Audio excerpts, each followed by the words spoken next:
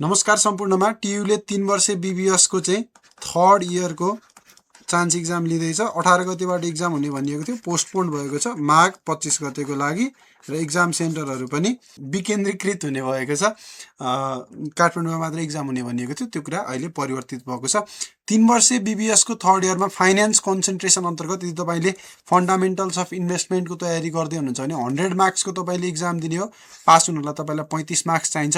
Total हामीलाई 140 मार्क्सको question आउँछ। 40 marks option हुन्छ। 40 मार्क्स अप्सन हुन्छ। तपाईँले जम्मा 100 मार्क्स अटेम्प्ट गर्ने हो। ग्रुप एबाट 8 वटा क्वेसन गर्नु पर्यो। 10 वटा आउँछ। 10 वटा मध्ये 8 वटा मात्रै गर्ने हैन। यो 10 मार्क्सको हुने भएपछि यहाँबाट 100 मार्क्स आउँछ। यसबाट तपाईँले 20 मार्क्स दुईटा क्वेसन छोड्नु पर्यो भने ग्रुप बीबाट ग्रुप बीमा तपाईँलाई दुईटा क्वेसन आउँछ।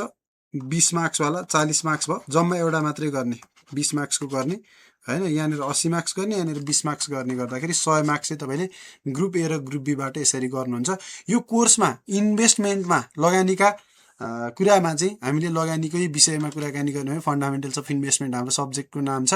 अब यसमा हामीले सुरुवातमा हेर्दा इन्भेस्टमेन्टको ओभरभ्यूको बारेमा कुरा गर्छौँ क्या, लगानीको बारेमा अवधारणा, लगानीको कन्सेप्टको कुरा गर्छौँ हैन। लगानीको वातावरणको कुरा गर्छौँ। हाम्रो देशमा लगानीको वातावरण कस्तो छ हैन। इन्भेस्टमेन्ट अल्टरनेटिभ्स कस्ता कस्ता विकल्पहरूमा हामीले लगानी गर्न सक्छौँ त्यसको कुराकानी छ। थ्योरिटिकल्ली यो लेसन पुरै थ्योरी हो है। यो लेसन पुरै थ्योरी हो। द इन्भेस्टमेन्ट प्रोसेस भनेर छ। हामीले लगानी गर्ने प्रक्रिया के हो भन्ने कुरा हामीले यहाँनिर हेर्न सक्छौँ है त। अर्को भनेको बाइङ एन्ड सेलिङ सेक्युरिटिज। अब यो बाइङ एन्ड सेलिङ सेक्युरिटिजमा चाहिँ हामीले सियरहरू हैन, सियर, डिबेन्चर, बोन्ड जस्ता यस्तो खालको सेक्युरिटिजहरूको किनबेच गर्ने कुरा, बाइङ र सेलिङको कुरा गर्छौँ। अर्डर साइजको कुरा हुन्छ, टाइम लिमिटको कुरा हुन्छ, टाइप्स अफ अर्डरको कुरा हुन्छ, मार्जिन अकाउन्ट हैन, लोन अकाउन्ट पनि हो। यो सियर ट्रेडिङ गर्दाखेरि हामीले लोन लिएर ट्रेडिङ गर्ने margin account, trading mechanism in Nepal. समग्रमा ट्रेडिङको बाइङ एन्ड सेलिङको वातावरण कस्तो छ हैन, बाइङ एन्ड सेलिङको अवधारणा के कस्तो छ भन्ने कुराहरूमा यो टपिक आधारित रहन्छ है त। Buying and selling securities. अर्को भनेको सेक्युरिटी मार्केट हो। अर्को भनेको सेक्युरिटी मार्केट लेसन है। सेक्युरिटी मार्केटमा हामीले प्राइमरी र सेकेन्डरी मार्केट, प्राथमिक बजार र द्वितीय बजारको कुरा गर्छौँ। द्वितीय बजारको कुरा गर्छौँ है। अनि यसमा चाहिँ हाम्रो कल एन्ड कन्टिन्युअस मार्केट भनेर पनि छ। यसबाट तपाईँहरूलाई न्युमेरिकल आउँछ है। यसबाट न्युमेरिकल आउँछ। मेजर मार्केट्स हैन, स्टक कोटेसनको कुराहरू छ। स्टक कोटेसन पढ्नेसँग सम्बन्धित कुराहरू हुन्छ। Information motivated and liquidity motivated traders हैन, इन्फर्मेसनबाट नियन्त्रित हुने ट्रेडरहरू, लगानीकर्ताहरू र लिक्विडिटीबाट मोटिभेटेड हुने हैन, कतिको तरलता छ, कतिको नगदमा परिवर्तन हुने सम्भावना छ, त्यो अनुसार ट्रेड गर्ने हैन। क्लियरिङ प्रोसिड्युर्सहरू, हाम्रो सेयर क्लियरिङहरू कसरी हुन्छ त्यो कुरा हैन। कमिसनको कुराहरू हुन्छ, त्यहाँनिर कमिसनको कुराहरू हुन्छ। ट्रान्जेक्सन कस्टको कुराहरू हुन्छ। सेयर मार्केटमा, सेक्युरिटिज मार्केटमा, प्रतिभूति बजारमा कारोबार गर्दाखेरि regulations of securities in Nepal, सेबोनले कसरी रेगुलेट गरेको छ नेपालको सेक्युरिटिज मार्केटलाई भन्ने कुरा हेर्नु पर्यो हैन। Guidelines to investors in Nepal, लगानीकर्ताहरूको लागि गाइडलाइन, कस्तो कस्तो कुराहरूलाई ध्यान दिने, के हेर्ने भन्ने कुरा सेक्युरिटिज मार्केटको गाइडलाइन। अब यसमा हामीलाई यहाँबाट न्युमेरिकल क्वेसन्सहरू पनि आउँछ, यसो हेर्न पर्यो है त। त्यसपछि अर्को हाम्रो investment theory, portfolio selection problem, हामीले पोर्टफोलियोलाई कसरी छान्ने, कन्सेप्ट अफ पोर्टफोलियोको बारेमा छ। पोर्टफोलियो भनेको लिस्ट अफ एसेट के, लट्स अफ एसेट है, मेनी एसेट्स हैन, मेनी फर्म्स अफ एसेटलाई चाहिँ हामीले एकै ठाउँमा भन्दाखेरि पोर्टफोलियो भन्छौँ। इनिसियल एन्ड टर्मिनल वेल्थ, सुरुवातमा र अन्तिममा हुने वेल्थ भ्यालुको कुराहरू पनि आउँछ यहाँ हैन। नन सेटिएसन र रिस्क अभर्सन है, नन सेटिएसन र रिस्क अभर्सनको कुरा छ हैन। को इन्भेस्टरको माइन्डसेट कस्तो छ, को कतिको जोखिम लिन चाहन्छ, को कतिको जोखिम लिन चाहन्न भन्नेसँग सम्बन्धित कुराहरू हुन्छ। युटिलिटी इन्डिफरेन्स कर्भको बारेमा अध्ययन गर्नु पर्यो। Measuring expected returns and risk and रिटर्नको हिसाबहरूको कुराहरू पनि यहाँबाट सुरु हुन्छ हैन। लगानी गरेपछि के हुन्छ, हामीले पढिरहेको बुकको नाम इन्भेस्टमेन्ट। लगानी गरिसकेपछि जोखिम र प्रतिफल दुवैको कुरा आउँछ। जोखिम र प्रतिफल दुवैको कुरा नचाहँदै पनि उठेर आउँछ, अथवा चाहेर पनि उठेर आउँछ, नचाहेर पनि उठेर आउँछ। किन त लगानी भन्ने बित्तिकै त्यहाँ जोखिम पनि छ, जोखिम भइसकेपछि प्रतिफलको कुरा पनि छ। अब पोर्टफोलियो एनालाइसिस, हामीले यहाँनिर पोर्टफोलियो एनालाइसिसमा चाहिँ अघि नै हामीले पोर्टफोलियो भनेको के हो भनिहाल्यो, मेनी एसेट्स। त्यो मेनी एसेट्सको कुराकानी हामी गर्छौँ। द एफिसिएन्ट सेट थ्योरम, हैन convexity of the efficient set यो भनेको जेनरली थ्योरिटिकल कुराहरू भयो द मार्केट मोडल कस्तो मार्केट मोडलहरूको कुराकानी हामीले त्यहाँ हेर्न सक्छौँ diversification risk free lending and बोरोइङको कुराहरू छ त्यसपछि डिफाइनिङ रिस्क फ्री एसेट हैन जोखिम नभएको asset risk free asset generally हामीले यसलाई ट्रेजरी सेक्युरिटिजलाई रिस्क फ्री एसेट भन्छौँ जुनलाई गभर्मेन्टले इस्यु गरेको हुन्छ ट्रेजरी सेक्युरिटिज ट्रेजरी एसेट्स हैन अलाउइङ रिस्क फ्री बोरोइङ र लेन्डिङको कुरा छ allowing for both risk free borrowing and lending यो छ र एसएमएल सेक्युरिटी मार्केट लाइनको कुरा छ यो सबै कुराहरू तपाईँले त्यहाँनिर रिस्क रिटर्नको अन्तर्गत हेर्न सक्नुहुन्छ जस तपाईँले इन्भेस्टमेन्टको तयारी गर्दै हुनुहुन्छ नि 4 वर्षे बीबीएसको अधिकांश चिज 90% चिजहरू मिल्छ तपाईँले 4 वर्षे बीबीएसको जे जहाँ जहाँ मेटेरियल भेटाउनुहुन्छ त्यहाँबाट पढ्दा पनि हुन्छ अथवा हाम्रो एक्जाम ओरिएन्टेड रिभिजन क्लास चलिरहेको छ बेलुका 8:30 बजेबाट त्यसमा पनि तपाईँले जानकारी पाउन सक्नुहुन्छ अर्को कुरा भनेको कमन स्टक अब हाम्रो सेयरहरूको चाहिँ कमन स्टकको बारेमा चाहिँ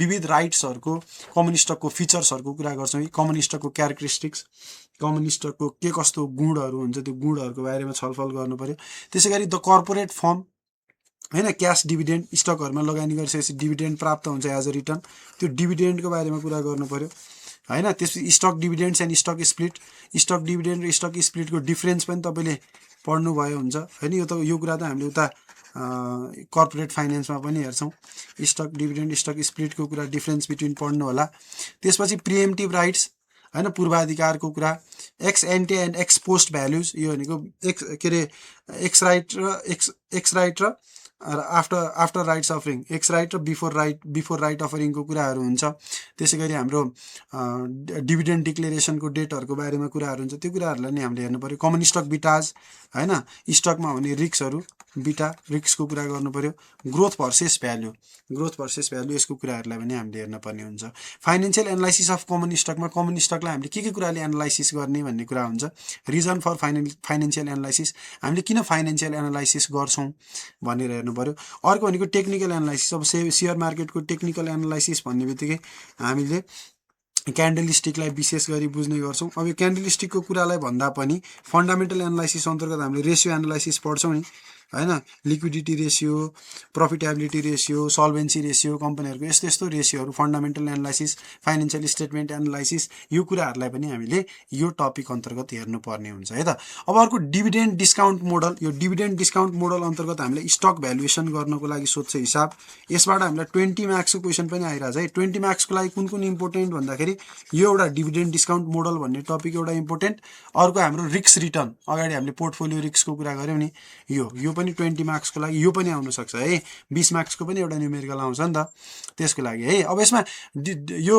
डिभिडेन्ड डिस्काउन्ट मोडलमा तीनटा मोडल हुन्छ के विशेष गरी zero growth model constant growth model र मल्टिपल ग्रोथ मोडल अथवा यसलाई सुपर नर्मल ग्रोथ मोडल पनि भनिन्छ योसँग रिलेटेड हिसाबहरु हुन्छ यसलाई पनि यसो खोजी अध्ययन गर्नु होला है त अब थ्योरिटिकल न्यूमेरिकल मिक्स टाइपको छ दुवै तरिकाले तयारी गर्नुभयो भने सजिलो हुन्छ है valuation based on a finite holding period fix भएको अवस्थामा भ्यालुएसन गर्ने कुरा छ models based on price earning ratio हैन पीई रेशियोबाट पनि हामीले इभ्यालुएसन गर्न सक्छौं पीई रेशियोको बारेमा पनि तपाईले हिसाबलाई हेर्न सक्नुहुन्छ जेनेरली हामीलाई अब स्टक यो zero growth constant growth multiple growth मोडलबाट नै हिसाब यसबाट आइरहेको हुन्छ है त्यो कुरालाई पनि ख्याल गर्नुपर्यो sources of earning growth alpha and security market line dividend discount model and expected returns यी कुराहरू त्यहाँनेर समग्रमा हेर्न सक्नुहुन्छ अर्को फिक्स्ड इन्कम सेक्युरिटिज अब फिक्स्ड इन्कम दिने सेक्युरिटिजहरुको कुरा गर्दाखेरि फिक्स्ड यति नै इन्कम दिन्छौं भनेर फिक्स्ड इन्कमका सेक्युरिटिजहरु हुन्छन् तिनीहरुको हामी यहाँ कुरा गर्छौं फिक्स्ड इन्कम सेक्युरिटिजको कन्सेप्ट मनी मार्केट इन्स्ट्रुमेन्ट यो मनी मार्केट इन्स्ट्रुमेन्ट भनेको लेस देन 1 इयर म्याच्युरिटी पिरियडको सेक्युरिटिजहरु money market instrument government securities हैन जसलाई हामीले ट्रेजरी सेक्युरिटिज पनि भनिन्छ लोकल गभर्नमेन्ट सेक्युरिटिजहरु म्युनिसिपल बोन्डहरु है यो नगरीय बोन्डहरु नेपालमा चाहिँ त्यस्तो प्र्याक्टिसमा छैन तर यसको बारेमा पनि थ्योरिटिकल कुराहरु बुझ्नु पर्यो कर्पोरेट बोन्ड संस्थागत बोन्डहरु foreign bond euro bond preferred stock हैन यसको बारेमा हामीले यसो अध्ययन गर्नु पर्यो यसमा हामीले जेनरली थ्योरिटिकल नै आयो भने अथवा यहाँबाट अलिकति त्यो फिक्स्ड इन्कम सेक्युरिटिजको कोटेसन पढ्ने कुराहरु नि आउँछ त्यसलाई पनि अलिकति ध्यान दियो भने यदि केही गरी आइहाल्यो भने त्यो 10 मार्क्स ल्याउन एकदमै सजिलो हुन्छ यो टपिकबाट नि त्यसलाई पनि खोजी पढ्नु होला अर्को हाम्रो fundamentals of bond valuation YTM yield to maturity हैन अर्को शब्द भन्दाखेरि यो रिक्वायर्ड रेट अफ रिटर्न पनि भनिन्छ यसलाई यो क्याल्कुलेसन गर्ने हिसाब आउँछ यहाँबाट यसबाट आउँछ न्यूमेरिकल है यसबाट न्यूमेरिकल आउँछ माथि पनि न्युमेरिकल थ्योरिटिकल सबैबाट आउँछ। यसो बुझ्न चाहिँ यसलाई पनि एकदमै ध्यान दिएर बुझ्नु हैन। रिक्वायर्ड रेट हैन, spot rate, discount factors, forward rate and discount factor, compounding, the bank discount method, yield curve. यसबाट विशेष गरी तपाईँले YTM को हिसाब, यिल्ड टु म्याच्युरिटी निकाल्ने हिसाब हेर्नु पर्यो है। त्यसै बोन्ड एनालाइसिसमा हाम्रो क्यापिटलाइजेसन अफ इन्कम मेथड धेरै थरीको थ्योरिटिकल कुराहरू छ क्या। Bond attributes, risk structure of interest rate हैन, डिटर्मिनेन्ट्स अफ यिल्ड स्प्रेड। यहाँ अलिकति थोरै इन्ट्रेस्ट रेटको कुराहरूलाई पनि जोड्या छ, तर विशेष गरी यसमा हामीलाई बोन्ड भ्यालुएसन क्या, V0 निकाल्ने, बोन्डको भ्यालु निकाल्ने, भ्यालु अफ बोन्ड निकाल्ने कुराहरू यसमा जोड दिन्छ खासमा हिसाबको रूपमा चाहिँ हैन। Duration, immunization, active management, passive management, bond portfolio performance evaluation, bond versus stock, bond र स्टकमा के डिफ्रेन्सेस छ यसको कुराहरू पनि यहाँनिर हुन्छ। त्यसै अदर इन्भेस्टमेन्ट्स भनेर इन्भेस्टमेन्ट कम्पनीज, यहाँनिर म्युचुअल फन्डको कुरा हुन्छ, यसबाट पनि हिसाब आउँछ है। यसबाट पनि 10 मार्क्सको सेक्टरतिर हिसाब आउँछ। म्युचुअल फन्ड्सको NAV निकाल्ने हैन, अफर प्राइस निकाल्ने, यस्तो हिसाबहरू आउँछ यहाँबाट है। तपाईँले खोज्दै जानुभयो भने यो सबै टपिकहरूले टपिक वाइज बुझेर खोज्नु भने भेटिन्छ।